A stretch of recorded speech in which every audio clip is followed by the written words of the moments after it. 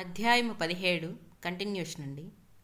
మనః ప్రసాద సౌమ్యత్వం మౌనమాత్మ వినిగ్రహః భావ సంశుద్ధిరిత్యేతత్ తపోమానసముద్యతే. పవిత్ర భావములు, ప్రసన్నత, నెమ్మది, భావరహిత మౌనము, మనోనిగ్రహము ఇవన్నీ మానసిక తపస్సుని చెప్పబడును. శ్రద్ధయా పరయా తప్తం తపస్తత్రివిధం నరైః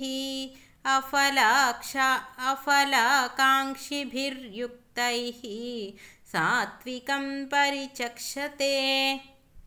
ఉత్తమ శ్రద్ధతో మనుజులు ఆచరించు తపస్సు 3 రకములు.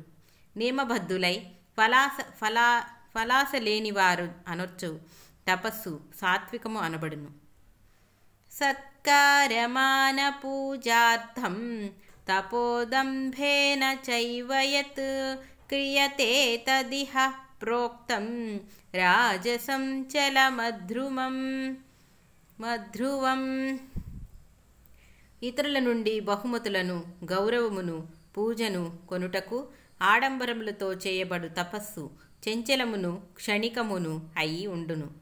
ఇట్టి అస్థిర తపస్సు రాజసమని పేర్కొనబడును.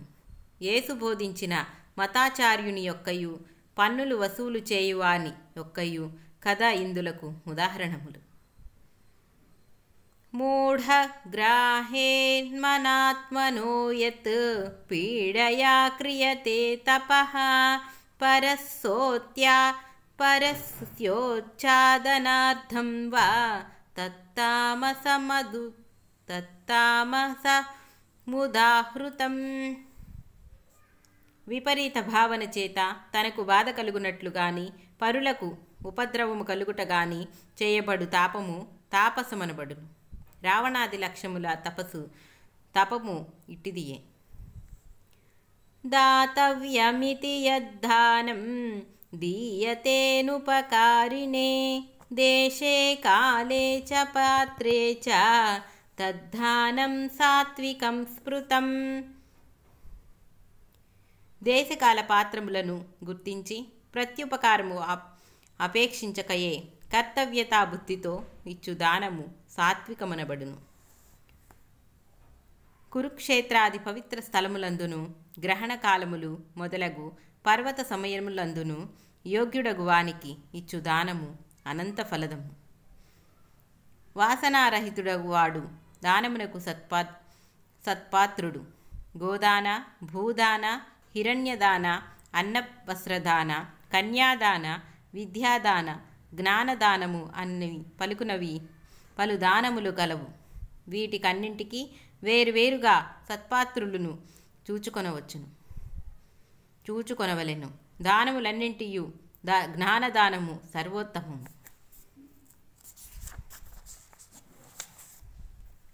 ఏలనయ అది సర్వ దుఃఖములకు కారణమగు భవరోగమును నిర్మూలించును. ఏదైనను ఎంతమందికి పెట్టిది మన్నది ప్రధానము కాదు, ఏ భావముతో ఎట్టి వారికి ఇచ్చితి అనునది ముఖ్యము. ప్రత్యుపకారార్థం ఫలముద్దిశ్య వా పునః దీయతే చ పరిక్లిష్టం తద్దానం రాజసంస్మృతం. ప్రతి గ్రహీత నుండి ప్రత్యుపకారము గాని ఈశ్వరుని వలన ప్రతి ఫలమును గాని అపేక్షించి మనక్లేశముతో నొసగబడు దానము రాజసమనబడును. ఆదేశకాలే యద్దానం అపాత్రేభ్యచ్చ దీయతే అసత్కృతమవజ్ఞాతం తత్తామసముదాహృతం. దేశకాల పాత్రములను గమనించక అగౌరవమునుగాను అవమానపూర్వకముగాను చేయు దానము తాపసమనబడును. ఈ కాలమున పాత్రాపాత్ర విచక్షత చాలా కఠినము. బిచ్చమెత్తుట కూడా ఒక వ్యాపారమైనది. ఇట్టి పరిస్థితులలో దానధర్మము లొనర్చువారు కర్తవ్యతాభావముతో గాని ఈశ్వరార్పణ బుద్ధితో గాని దానమునర్చుట వలన దోషముండదు.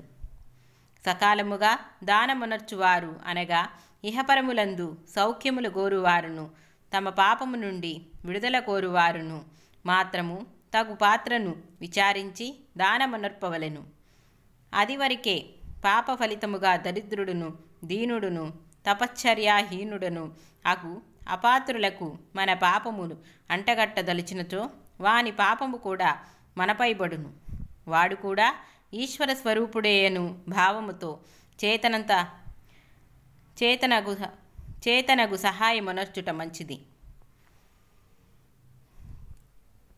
ఓం తత్సదితి నిర్దేశః ఓం తత్సదితి నిర్దేశః బ్రహ్మణాస్తి విధః స్మృతః బ్రాహ్మణస్తేద వేదాచ్చ యజ్ఞాచ్చ విదితాః పురా. పరబ్రహ్మ ఓం తత్ సత్ అను 3 శబ్దములచే నిర్దేశింపబడుచున్నాడు. సృష్ట్యాది యందు ఆ బ్రహ్మచేతనే బ్రాహ్మణుడును వేదములను యజ్ఞములను సృపింపబడినవి.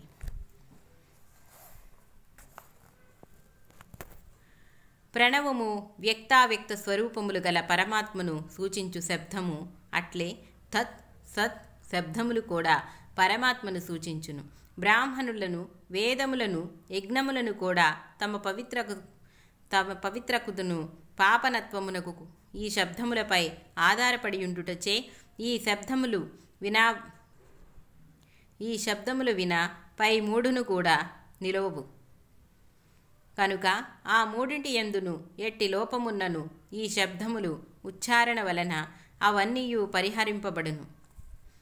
తస్మాదోమిత్యుదాహృత్య యజ్ఞదాన తపః క్రియాః ప్రవర్తంతే విధానోక్తాః సతతం బ్రహ్మవాదినాం. కావున వేదవేత్తలు ప్రణవమును మొదట ఉచ్చరించి విజుక్తములగు యజ్ఞదాన తపఃకర్మలను నిర్వర్తింతును. తదిన్యభిసంధాయ ఫలం యజ్ఞతపః క్రియాః దానక్రియాచ్చ వివిధాః క్రియంతే మోక్షకాంక్షిభిః.